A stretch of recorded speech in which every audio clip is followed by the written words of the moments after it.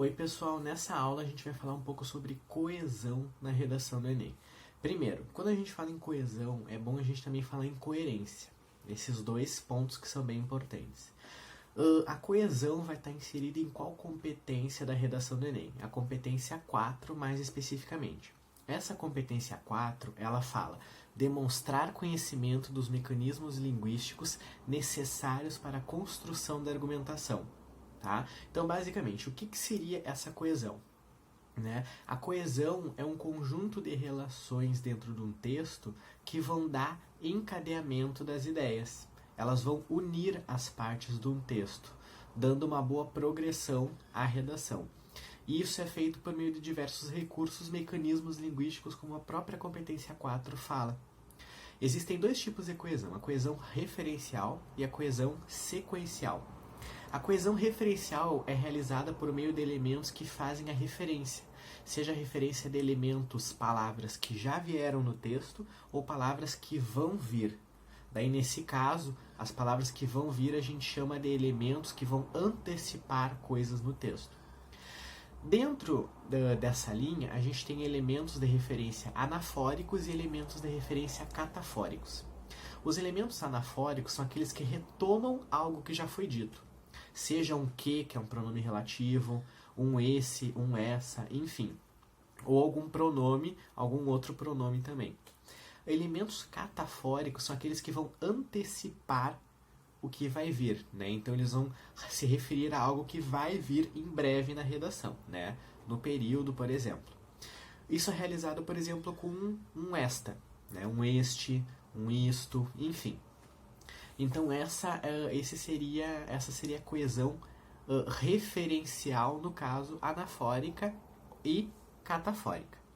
Além disso, a gente tem a coesão sequencial, que é muito importante para a redação. Por quê? Porque é aquela que vai dar sequência ao texto, é aquela que vai fazer o texto também progredir, ter um encadeamento de ideias. É feita principalmente com conjunções, os conectivos, que são os marcadores do discurso. E a gente tem diversos tipos de conectivos, diversos tipos de conjunções, tanto as coordenativas quanto as subordinativas. As conjunções coordenativas são aquelas que pertencem a orações coordenativas, que não participam de um processo de dependência em uma oração. Ou seja, é uma oração que não depende da outra semanticamente.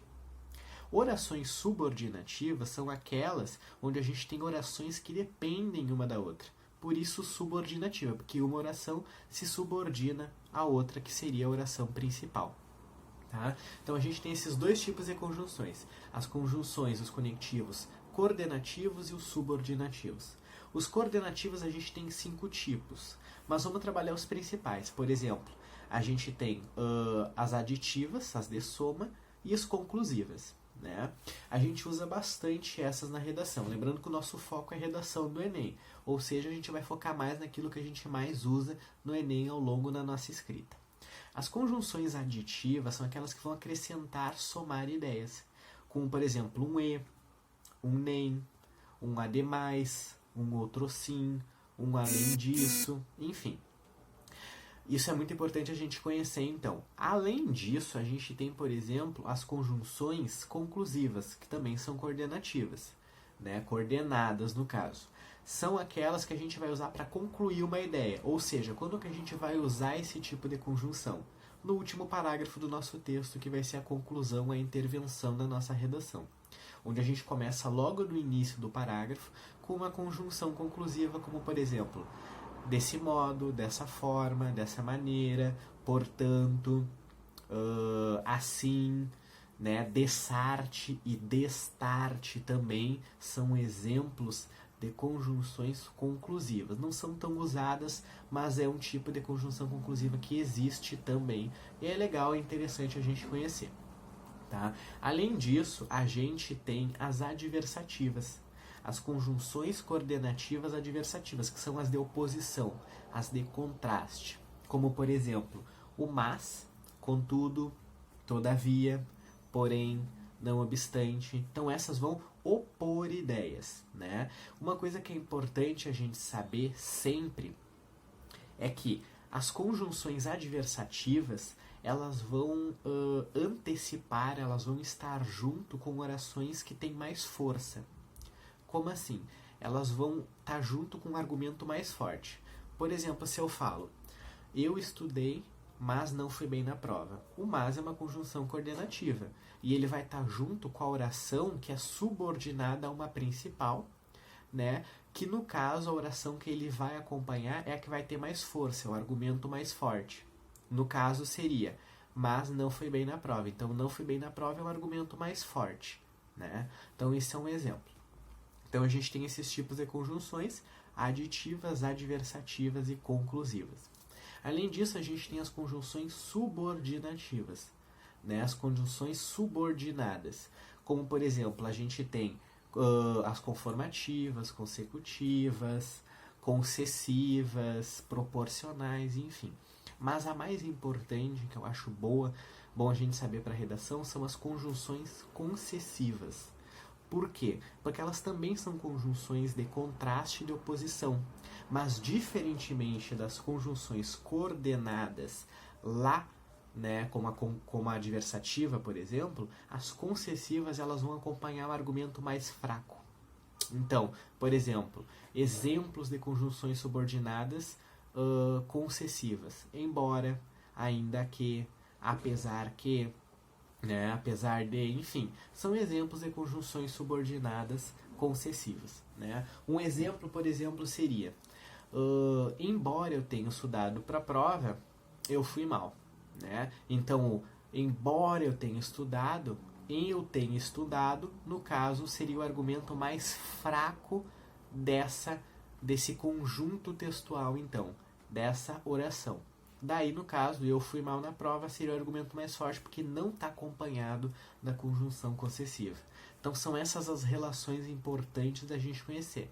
Então, retomando, as conjunções adversativas, elas acompanham um argumento mais forte, e as conjunções subordinadas concessivas, acompanham um argumento mais fraco.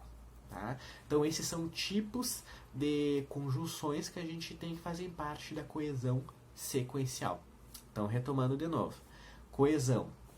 Coesão a gente tem dois tipos, coesão sequencial e coesão referencial. Então, basicamente é isso.